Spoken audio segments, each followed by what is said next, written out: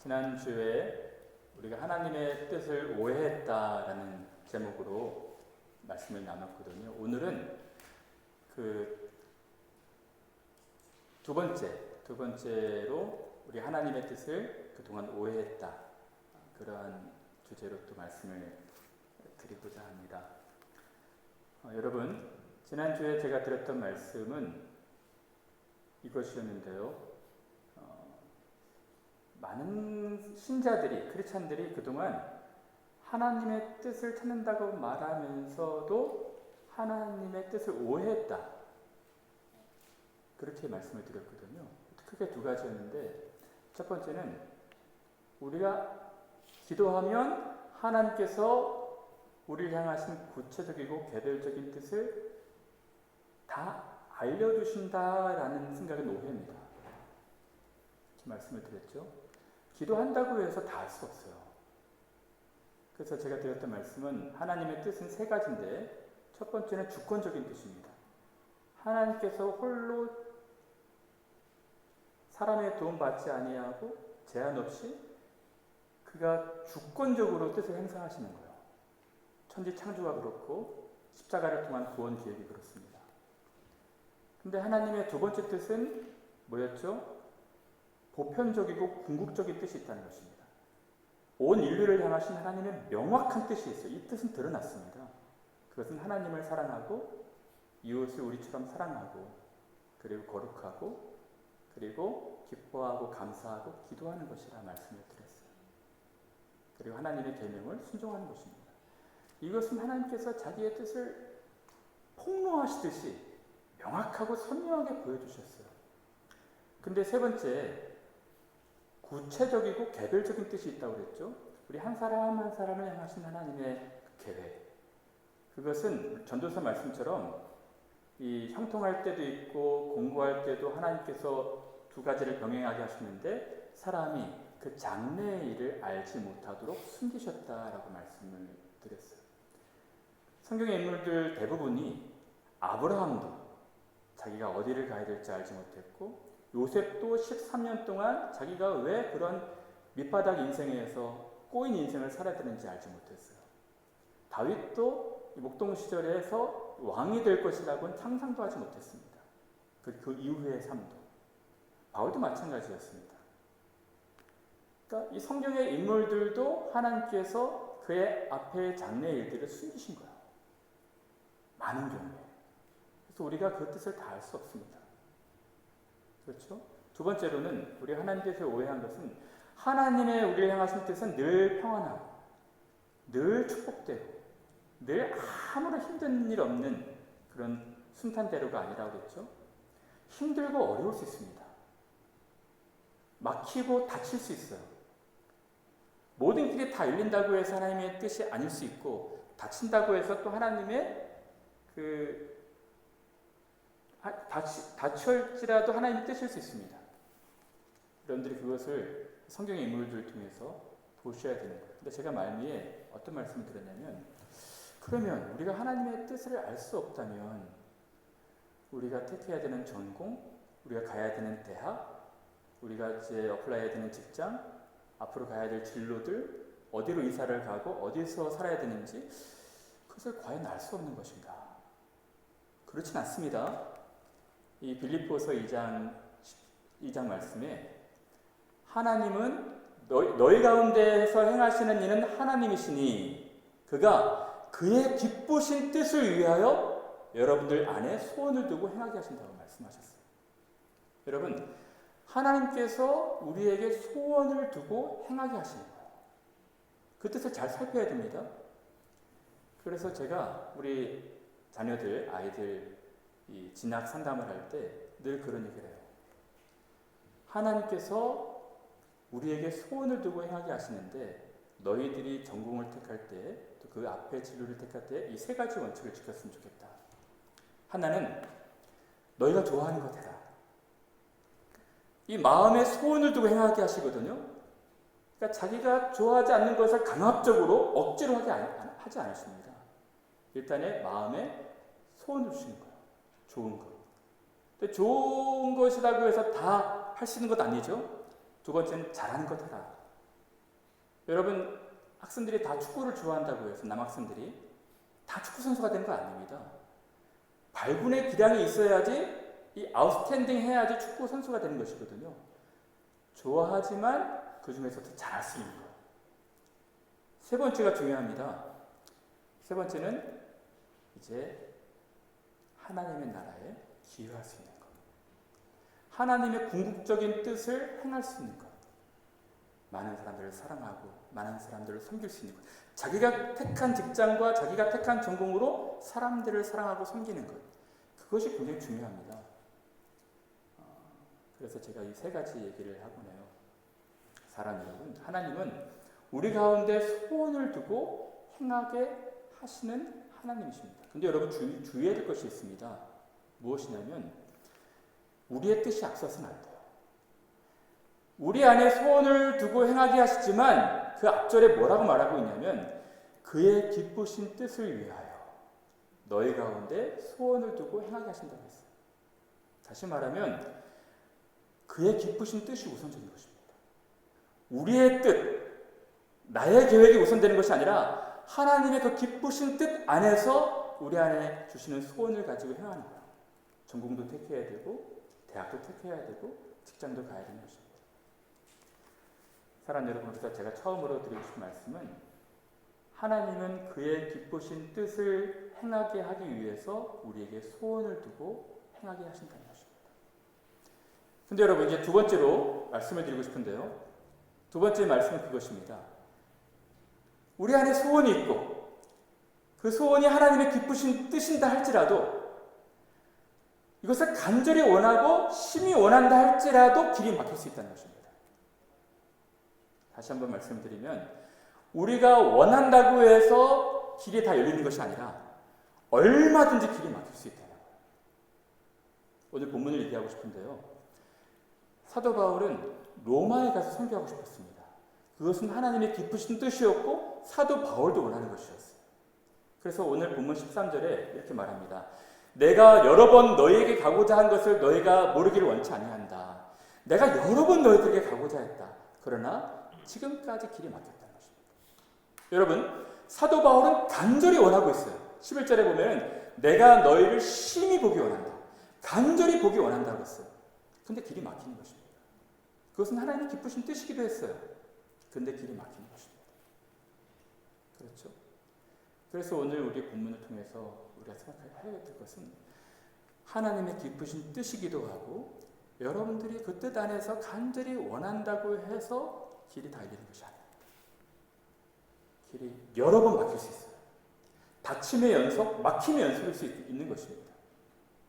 그러면 질문은 이것입니다.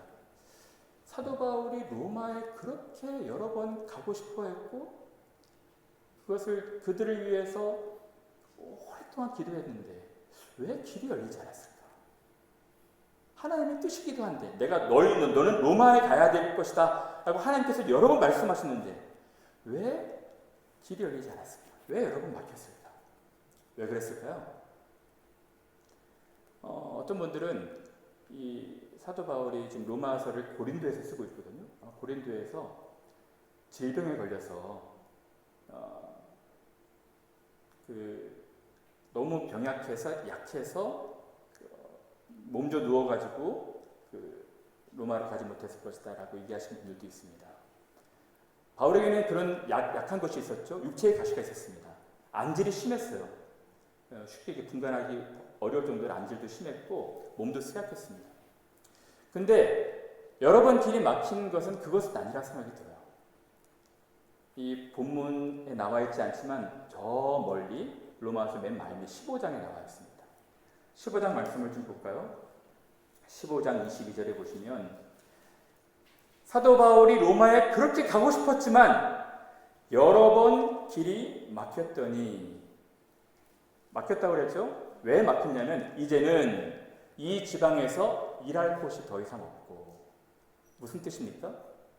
사도 바울은 로마로 가고 싶어 했어요. 근데 로마로 갈 수 없었던 것은 고린도에서 할 일이 많이 남아있었다는 거예요. 여전히 섬길 사람들이 있었고 여전히 분쟁을 해결해야 될 일들이 있었고 또 열정의 사람들을 더 화해시켜야 되는 일들도 있었던 것입니다. 더 복음으로 가르쳐야 되는 일들도 있었던 거예요. 다시 말하면 사람들을 더 사랑하고 사람들을 더 섞이기 위해서 자기의 계획을, 플랜을 이제 취소했다는 것입니다. 이것입니다.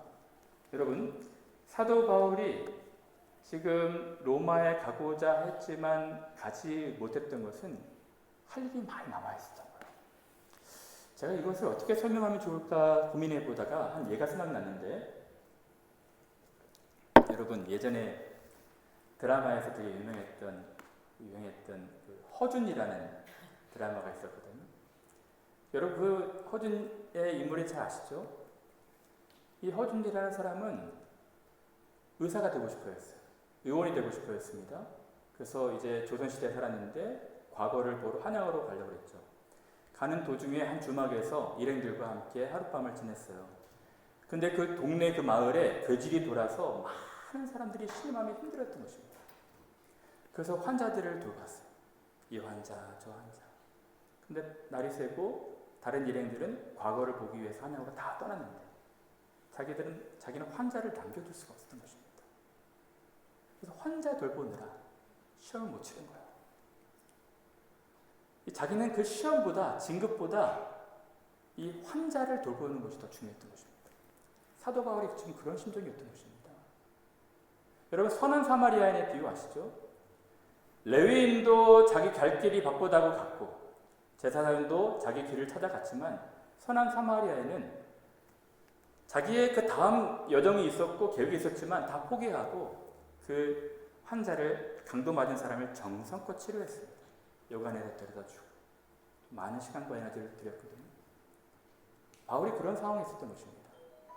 이 지방에 일할 곳이 많았기 때문에 이제 로마에 가고자 했던 것을 지금 터닝한 것이죠. 사랑 여러분, 그래서 제가 여러분들에게 드리고 싶은 말씀이 있어요.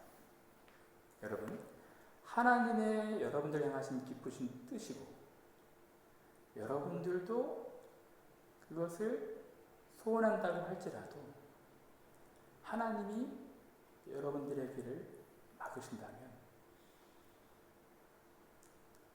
여러분들이 잘 분별하셔야 돼요. 잘 분별하셔야 됩니다. 가장 우선순위를 사람을 사랑하고 사람을 섬기는 데 둬야 돼요. 지난주에 한 청년이 저한테 이런 질문을 했습니다. 목사님, 직장에서 일을 너무 많이 하는데 일을 하다 보면은 이렇게 일하고 20대, 30대, 40대 또 노후를 보내는 것이 일에 훅 매몰되고 빠져서 이것이 옳은 것인가? 그런 비슷한 유의 질문을 저한테 했거든요. 저희가 그렇게 말했습니다. 그건 옳지 않은 길이다. 여러분, 워커홀릭 된 분들이 계시죠? 전혀 옳지 않습니다. 여러분, 그래서 제가 이렇게 말씀을 드렸어요. 우리 크리스찬들은, 신자들은 두 가지 업이 있어요. 본업과 부업이 있습니다. 여러분, 우리의 본업이 무엇일까요? 본업은 하나님의 나라와 그 일을 추구하는 것입니다. 하나님을 사랑하고 많은 사람들을 사랑하는 것이에요. 그리고 그렇게 하기 위해서 우리의 부업을 갖는 것입니다. 주객에 전도돼서는 안 돼요. 많은 분들이 자기의 전공, 자기의 어떤 직장, 이것이 본업이 되고 아침 일찍 가서 밤늦게까지 수고하고 다른 사람들은 소홀히 하는 거예요. 저는 옳지 않다고 생각합니다. 하나님 원하시는 것이 그것이 아니에요. 우리를 직장으로 보내면, 학교로 보내면, 일터로 보내면 거기서 사람들 사랑하고 사람들 섬기고 혹 샐러리가 적고 명예가 더 없는 직업이라 할지라도 그것을 우선으로 둬야 되는 것입니다. 제가 최근에 아는 동료 목사님을 통해서 들었는데 동료 목사님 딸이 옥스포드 법대를 나왔대요. 또 최고의 성적으로 또 졸업을 해서 로펌이라는 로펌은 아주 유명한 로펌은 다 다녔던 것 같아요. 지금은 홍콩에 있는 로펌에서 그 또래 나이에 그 샐러리에 3배, 많게는 5배까지 받으면서 24시간 너무 힘들게 일한다 하더라고요. 근데 몇 달 전에 이 아이가 그 어머니한테 전화를 했대요. 도무지 일을 하지 못하겠습니다. 그래서 부랴부랴 가보니까 온몸이 완전 만신창이 될 정도로 허리도 다치고 이 뼈도 다 상하고, 그러니까 그 보면 24시간 대기폰이 있다 하더라고요. 그래서 그 목사님과 그 사모님이 야, 내가 딱 이렇게 보내는 건 아니었는데 후회하시면서 지금은 다 그만두고 당장 짐 싸갖고 와서 지금은 좀 쉬게 하고 동네에 있는 조그만 데서 일하는 직장들을 찾는다 하더라고요. 많은 경우가 그렇겠지는 않겠지만 제가 드리고 싶은 말씀은, 여러분 우선순위가 바뀌어서는 안 돼요. 우리의 본업은 하나님의 기쁘신 뜻을 행하는 것입니다. 기쁘신 뜻을 행하게 하기 위해서 하나님께서 어떤 구석지고 후미진 곳에 세우시기도 하시고 높은 곳에 세우시기도 하시고 모든 곳에 하나님께서 코너코너마다 보내시는 거예요. 그것이 목적이 되어야 되는 것입니다. 사도 바울이 어땠습니까? 사도 바울이 지금 이 고린도에서도 여러 사람들을 섬기는 것이 목적이었고, 로마를 가고 싶어하는 이유도 오늘 11절부터 15절에 보면 내가 너에게 가고자 하는 이유는 내가 신령한 말씀을 나누어주어서 너희를 견고하게 하려 합니다. 인커리지 하기 위함이다. 이스타블리시 하기 위함이다. 너희를 맥스트롱하기 위함이다. 그리고 너희들을 서로 위로하기 위함이다. 너희들 열매 맺게 하기 위함이다. 나는 로마인이나 헬라인이나 다 빚진 자이기 때문에 그 빚진 마음으로 이 사랑을 보답하는 마음으로 살아가고 싶다. 그것입니다. 여러분, 그래서 제가 처음으로 드리고 싶은 말씀은 여러분들이 돈과 출세와 명예와 이런 것들을 살아서는 안 돼요. 하나님의 기쁘신 뜻을 행하기 위해서 여러분들이 이 전공을 찾는 것입니다. 직장을 다니는 거예요. 일터에 나가는 것입니다. 사랑하는 여러분, 제가 두 번째로 드렸던 말씀은 우리가 원할지라도 여러 번 길이 막힐 수 있다는 것입니다. 그럼 세 번째, 그럼 길이 막힐 때 우리가 어떻게 해야 되는가? 길이 막혔을 때 우리가 어떻게 해야 되는가? 이것이 중요합니다. 여러분들도 지금 그런 상황 가운데 있는 분들도 있을 줄로 압니다. 그러한 상황 가운데 있을 때 우리가 어떻게 살아야 될까? 세 가지로 말씀을 드리고 싶은데요. 첫 번째는 낙심하지 말아야 됩니다. 낙심하지 말아야 됩니다. 사도 바울은 여러 번 길이 막히는 것을 경험했어요. 근데 그는 갈라디아서 6장에 이렇게 말합니다. 선한 일을 행하다가 길이 막힐지라도 낙심하지 말지니 때가 이르매 하나님의 때가 이를 때 이룰 것이다. 여러분, 낙심하지 말아야 돼요. 세상이 다 끝난 것처럼 좌절하고 낭망하지 말아야 됩니다. 하나님의 또 다른 선하신 뜻이 있을 것이라는 믿음이 있어야 돼요. 사랑하는 여러분, 조급해서도 안 됩니다. 당황해서도 안 돼요. 하나님의 어떤 뜻이 있겠지라고 분별하시고 생각하셔야 되는 거예요. 여러분, 저는 이러한 예를 성경에서 너무 많이 들어줄 수 있어요. 여러분, 뭐 대표적으로 요셉이겠죠. 요셉이 얼마나 황망한 사건을 겪었습니까? 형들에게 팔려서 한 번도 가보지 못한 남의 나라에 가서 노예살이를 했잖아요. 거기서도 열심히 일하다가 이제 보디발의 마음에 들어서 거기서 총무로 일을 했지 않습니까? 근데 거기서도 오해를 받아가지고 이제 정치인들 수용하는 감옥에 들어가 있어요. 근데 요셉은 낭망하지 않았습니다. 무려 13년 동안 하나님의 뜻이 있겠지 라고 기다린 거예요. 여러분, 모세는 어떨까요? 모세도 이제 하나님의 뜻에 의해서 리더자로 선택이 됐고 이제 이 광야로 인도하는데 여러 번 길이 막히는 거예요. 낙심하지 않았습니다. 오늘 한 가지 또 예를 든다면 에스더를 말씀해 좀 드리고 싶은데요. 여러분, 성경에 보면은 이 에스더가 페르시아의 왕비로 올라간 인물이었거든요. 근데 하만이라는 이 권력욕을 갖고 있는 이 페르시아의 제2인자 하만이라는 사람이 이 모르드게라는 사람을 개인적으로 싫어해서 모르드게가 속한 유대인들을 다 말살하려고 했어요. 하만이 계획한 한 날 밤만 지나면 그 계획이 진행이 됐습니다. 얼마나 낙망한 상황이었을까요? 근데 여러분, 하룻밤만 지나면 그 계획이 시작이 되는데 그날 밤 왕이 잠이 안 오는 거예요. 왕이 하도 뒤척뒤척하다가 왕의 실록을 읽어봤는데 거기서 모르드게가 큰 공을 세운 것을 깨닫고 그날 아침에 모르드게의 공을 치하를 한 것입니다. 그래서 그 다음 날에 이 하만이라는 사람이 계획했던 것과 완벽하게 반전을 이룰 정도로 전혀 다르게 일을 진행이 돼서 결국은 자기가 죽게 되었죠. 유대인들은 다 살고. 근데 여러분 에스더를 가만히 보시면 하나님이라는 단어가 한 번도 안 나옵니다. 무슨 뜻입니까? 하나님이 전면에서 등장하지 않으셨지만 이 낭망하는 상황, 낙심하는 상황 가운데서도 계속 일하고 계시다는 거예요. 그리고 하나님의 때에 하나님의 방법으로 일하시는 것입니다. 그러면 여러분들이 어떤 일들을 행하다가 길이 막히면 낙심하셔서는 안 돼요. 조급해서도 안 됩니다.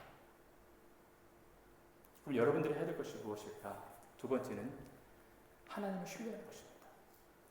여러분 길이 막힐지라도 그렇지, 하나님의 더 좋은 뜻이 있겠지, 나를 향하신 더 분명하고 더 선하신 계획이 있겠지 라는 믿음을 가지셔야 돼요. 사랑 여러분, 오늘 본문의 바울은 내가 너에게 가고자 한 것을 너희가 모르기를 원치 아니하노니, 지금까지 너에게 가고 싶어 했지만 여러 번 시도해봤지만 길이 막혔도다. 그리고 10절에는 하나님의 뜻 안에서 너에게로 나아갈 좋은 길 찾기를 구한다 라고 하거든요. 바울은 궁금했을 거예요. 왜 그렇게 길이 막힐까? 왜 그렇게 길이 닫힐까? 그래도 하나님의 선하신 뜻이 있겠지 라는 신뢰가 있었을 것입니다. 여러분, 하나님의 뜻이 무엇이었습니까? 너무 놀라워요. 제가 로마서 처음에 시작할 때 말씀을 드렸던 것처럼 여러분, 하나님의 뜻은 이것이었습니다. 바울이 지금 고린도에서 여러 번 로마를 가고 싶어 하거든요. 지도를 보여주시면 좋을 것 같아요. 로마를 가고 싶어 한 것이 바울의 뜻이었습니다. 근데 이 바울은 로마로 가지 않고 길이 막혔기 때문에 에베소를 거쳐서 예루살렘으로 들어갑니다. 그렇죠. 근데 에베소를 거쳐서 예루살렘으로 들어갈 때 많은 사람들이 다 만류를 했어요. 바울 목사님, 결코 들어가시면 안 됩니다. 지금 예루살렘에 들어가시면은 큰 환란이 있을 것입니다. 체포를 당할 것입니다. 죽을 수도 있습니다. 그것도 기도하는 사람들 그랬어요. 성령의 감동을 받아 이분들이 바울을 만류했던 것입니다. 예루살렘으로 들어가지 마십시오. 예루살렘으로 들어가면 체포를 당하고 결박과 환란이 있을 것입니다. 심지어 아가보라는 사람은 퍼포먼스를 했어요. 손과 발을 다 묶어가지고 바울이 예루살렘으로 가게 되면 이렇게 될 것입니다. 체포될 것입니다. 들어가지 마십시오. 다 반대했습니다. 여러분, 바울도 알았어요. 바울도 기도하는 사람이었기 때문에 예루살렘으로 들어가면은 자기가 체포를 당하고 죽임을 당할 것을 알았어요. 그래서 바울은 말합니다.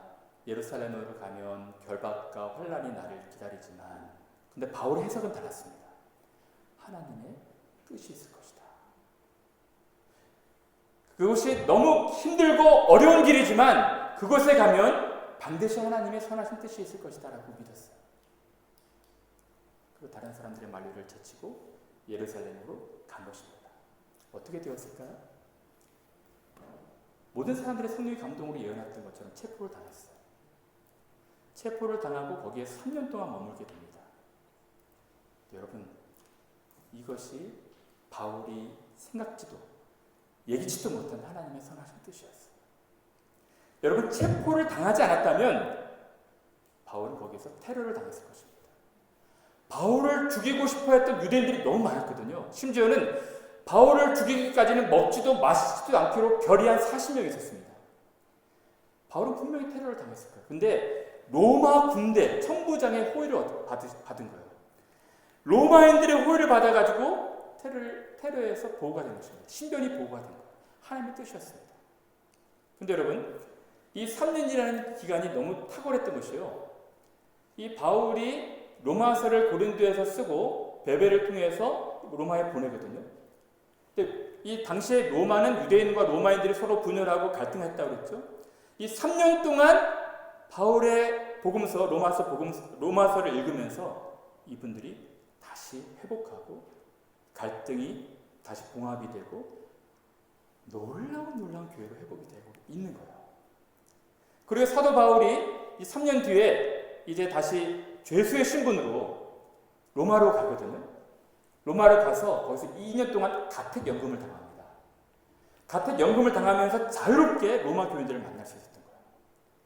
그러니까 5년 동안 하나님께서 로마 교회가 이 세계의 교회의 선교의 허브 공항처럼 되기 위해서 로마 교회를 준비시키고 있었던 거예요. 만약에 사도 바울이 급하게 서둘러서 고린도에서 로마로 갔다면 일은 일어나지 않습니다.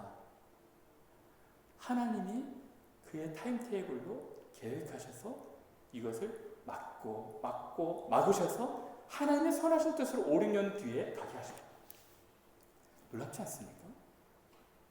사도 바울은 이제 고린도를 통해서 예루살렘 통해서 로마를 통해서 이제 서바나로 가려고 했었거든요.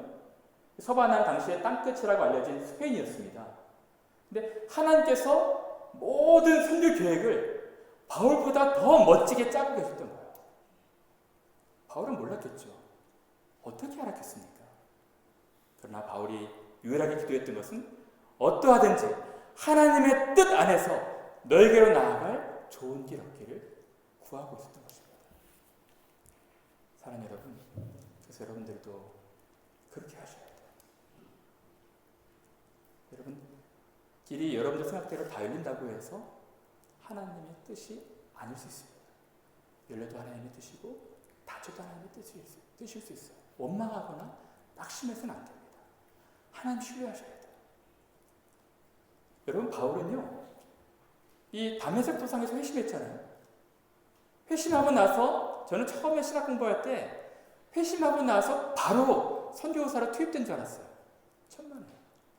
바울은 무려 16년 동안 기다리고 있었습니다. 30대 초반에 회심해서 16년 동안 다소 지방에서 기다리고 있었어요. 아라비아에서 3년, 그리고 제자들 만났는데 안 만나주니까 고독하게 자기 고향에서 기다리다가 하나님께서 바나바를 통해서 부르신 거예요. 이것입니다. 여러분, 우리는 1년을 돌아갈 수가 있고 5년을 돌아갈 수가 있고 10년 넘어 돌아갈 수도 있어요. 낙심해서는 안 되고요. 하나님의 뜻, 우리를 향하신 가장 좋으신 뜻이 있음을 믿고 기다리셔야 돼요. 여러분, 저는 제 개인적인 얘기는 잘 안 하는데 최근에 우리 새로우신 분들이 있어서 우리 기존에 계셨던 분들은 많이 들었던 내용입니다. 제가 기적의 사나이라는 거 혹시 아시죠? 제가 2번의 기적을 경험했어요. 첫 번째는 아마 8년 전이었을 것 같아요. 우리 교회 청년들이 남모르게 이렇게 연애하고 사랑을 해서 한국에 들어가서 결혼을 한다고 저한테 주례를 좀 부탁을 해서 주례하러 들어간 해였습니다. 뭐 바쁘게 한 열흘 정도 있다가 오려고 했는데 아는 선배 목사님이 저를 사랑하는 마음으로 강권하셔서 건강검진을 받게 하셨어요. 목사님, 저는 시간도 없고 저희 아버님 병력도 없고 어머님도 괜찮고 저는 괜찮습니다. 아니다, 헌 목사님, 이번에 왔을 때 꼭 건강검진 한번 받아봐라. 그래서 영국으로 들어오기 한 3일 전에 건강검진을 받은 것 같아요. 근데 정말 마음 철커덕 내려앉을 정도로 결과가 안 좋았습니다. 결과는 나중에 알고 보니까 암이었어요. 이 대장 쪽에 암이 자라고 있었던 것입니다. 깜짝 놀랐죠.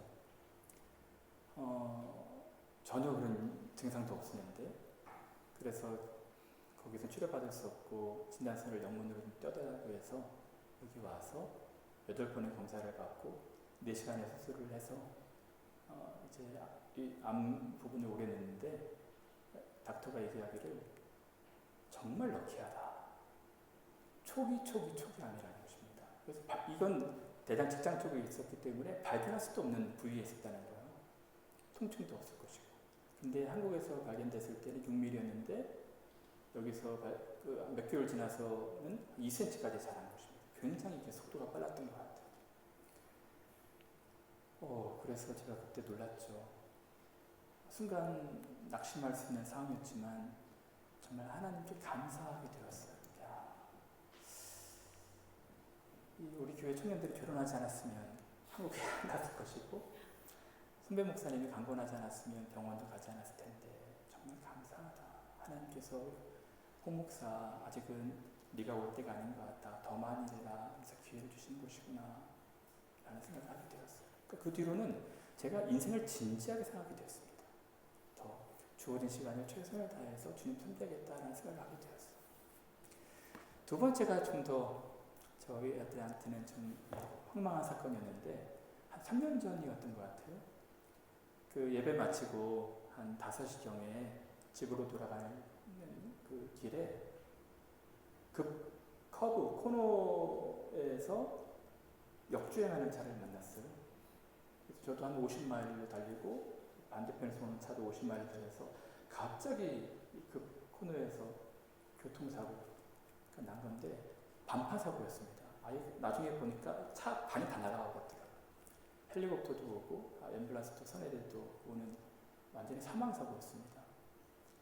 근데 저는 그때 집사람은 신방가에 있었고 저하고 딸아이는 앞에 앉고 아들은 뒤쪽에 앉았는데 저는 갈비뼈 몇 대 부러지고 엄지밖에 다 부러지고 말았고 우리 아이는 딸아이는 완벽하게 보호가 됐고 뒤에 쪽 아이는 에어백이 터지지 않아서 광대뼈가 완전히 함몰이 되어버렸어요.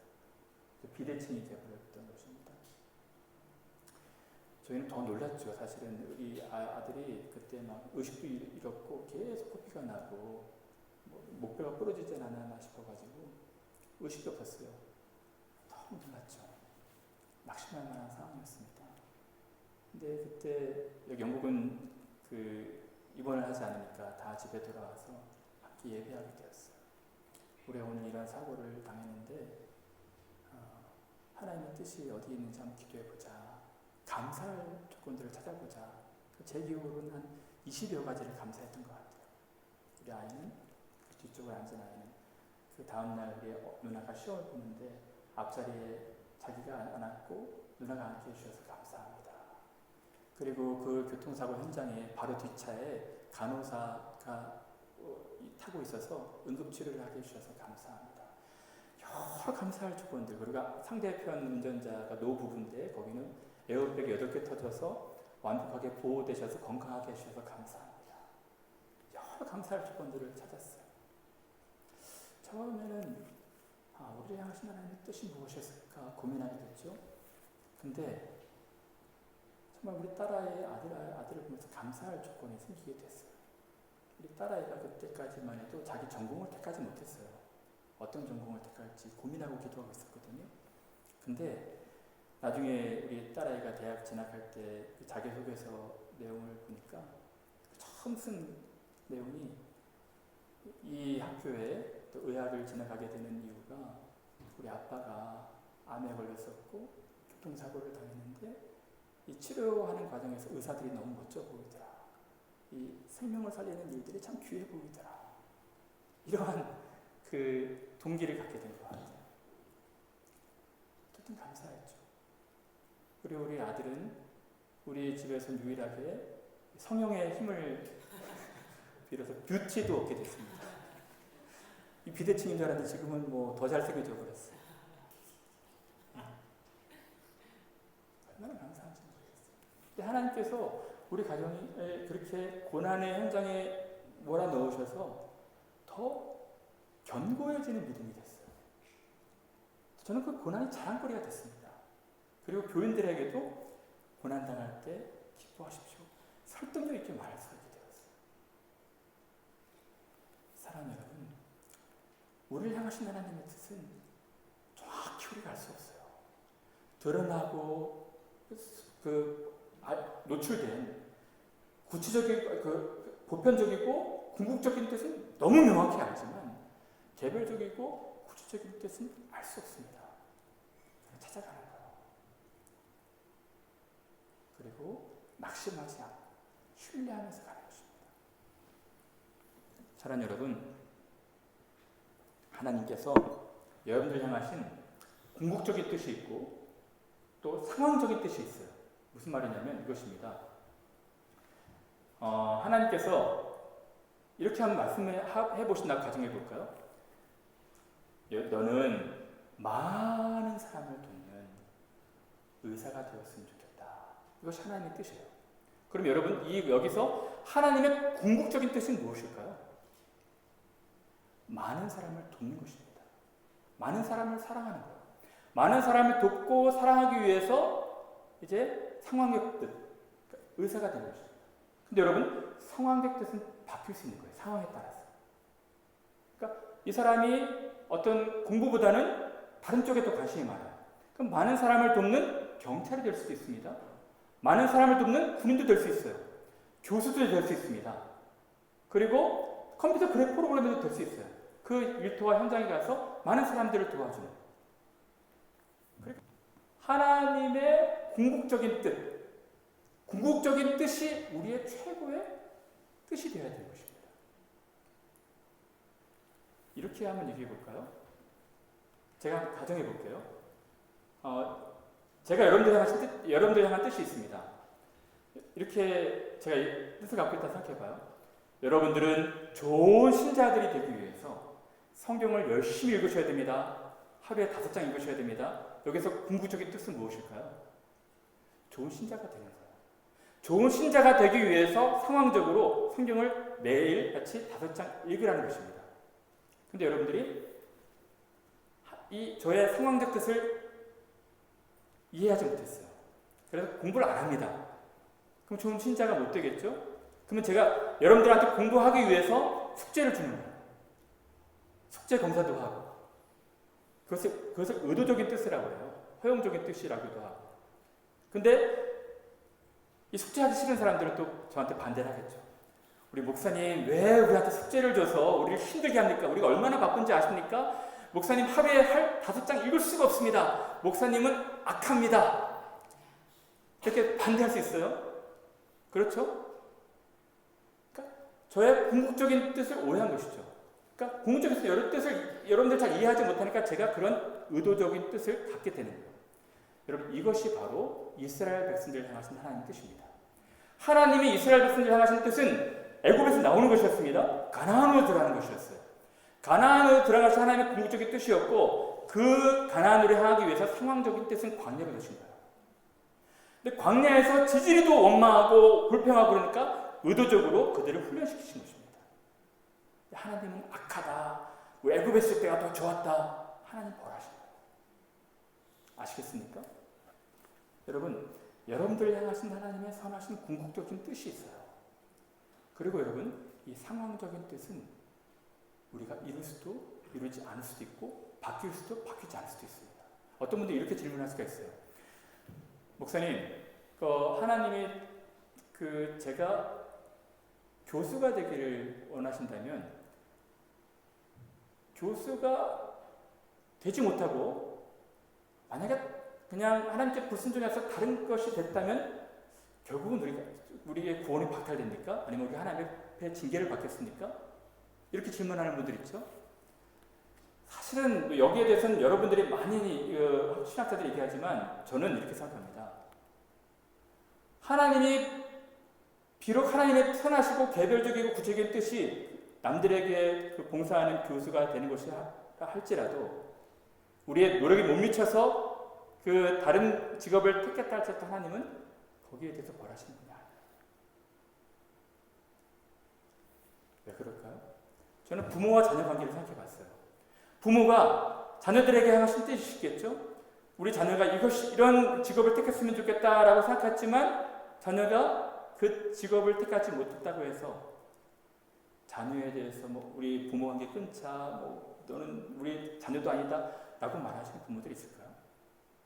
자녀가 좋아하는 것, 부모의 뜻이 있었지만 거기에 못 미치더라도 인생을 더 행복하게 살기를 바라는 것이 부모의 뜻 아닐까요? 마찬가지입니다. 하나님도 우리를 향하신 뜻이 있었지만 거기에 우리가 게으름으로 또는 나태함으로 또는 다른 어떤 그 마음이 들어서 상황적으로 다른 것을 택했다 할지라도 그것 가지고 구원을 박탈하시거나 우리 형벌하시거나 그러진 않으실 것 같아요. 그러나 하나님의 그 기쁘신 뜻이 무엇인지 계속 분별해서 찾아가는 것은 더 중요하겠죠. 이제 말씀을 마칠까 합니다. 사랑하는 여러분, 하나님이 그 기쁘신 뜻을 위하여 여러분들 마음에 소원을 두고 행하게 하실 것입니다. 그러면 하나님과 기쁘신 뜻이 무엇인지 여러분 계속 찾아야 돼요. 그러나 그 하나님도 원하시는 것 같고 본인도 원한다 할지라도 길이 여러 번 막힐 수 있습니다. 길이 막힐 때 여러분들은 낙심해서는 안 돼요. 하나님은 더 좋은 뜻을 갖고 계시다 신뢰하고 기다리셔야 합니다. 그리고 마지막으로 하나님의 궁극적인 뜻, 하나님을 사랑하고 이웃을 우리 몸처럼 사랑하는 것에 최선을 다하셔야 돼요. 저는 그것이 우리를 향하신 하나님의 기뻐하시는 뜻이라고 생각이 들어요. 어떤 지난주에 어느 청년이 저한테 질문을 합니다. 목사님, 이민 유학교회를 오랫동안 다니다 보니까 마음이 너무 아파요. 어떤 사람에게 많이 정을 줬는데 사랑을 많이 줬는데 그 사람들이 막 떠날 때 마음이 너무 아파요. 목사님은 더 힘드실 것 같아요. 그런 얘기를 하더라고요. 충일형제가 없죠? 충일형제가 그런지 최근에 너무너무 귀한 친구랑 같이 교제하다가 헤어진 것이 너무 아팠나 봐요. 근데 제가 그렇게 대답했습니다. 나는 전혀 그렇지 않다.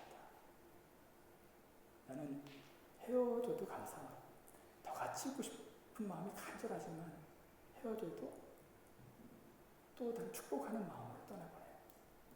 그럴 수 있게 되었어요. 왜 그렇게 됐냐면 사도 바울 생각해 보았던 것입니다. 여러분, 사도 바울은 이 한 20여 년 동안 선교 여행하면서 5차 선교 여행하면서 얼마나 많은 사람을 만나고 얼마나 많은 사람과 헤어졌을까요? 사도 바울이 개척한 교회, 또 그가 섬겼던 교회가 몇 개인지 모르겠지만 수십여 개 됐을 거예요. 20여 년 동안 에베소 교회에서만 3년 있었고 그 다음에는 다 2년, 1년 미만으로 있었거든요. 얼마나 많은 사람들을 떠나보냈겠습니까? 사도 바울은 만나고 헤어지는 것도 소중하게 생각하고 있어요. 그리고 또 다른 사람 만나는 것도 기대하고 있습니다. 그 만남이 비록 짧을지언정. 지금 이 로마 교인들은 한 번도 보지 못했던 사람들이에요. 근데 그들을 위해서 한 번도 보지 못했던 사람들을 위해서 쉬지 않고 그들을 위해서 기도하겠습니다. 하나님이 증인 되시다고 하잖아요. 그리고 여러 번 그들을 보고 싶어 했던 이유는 그들과 짧은 만남이라 할지라도 그들을 더 세워주기 위해서, 그 교회의 열매를 맺게 하기 위해서, 더 위로를 나누기 위해서 짧은 인연이라 할지라도 소중하게 여기는 것입니다. 그리고 여러분, 사도 바울을 보십시오. 사도 바울은 그 많은 사람들 만났는데 로마서 16장, 저는 로마서 1장부터 16장까지 다 중요하지만 로마서 16장을 읽을 때마다 저는 너무 큰 은혜가 돼요. 로마서 16장에는 37명이 언급이 됩니다. 너는 베베에게 문안하라, 에라스도에게 문안하라.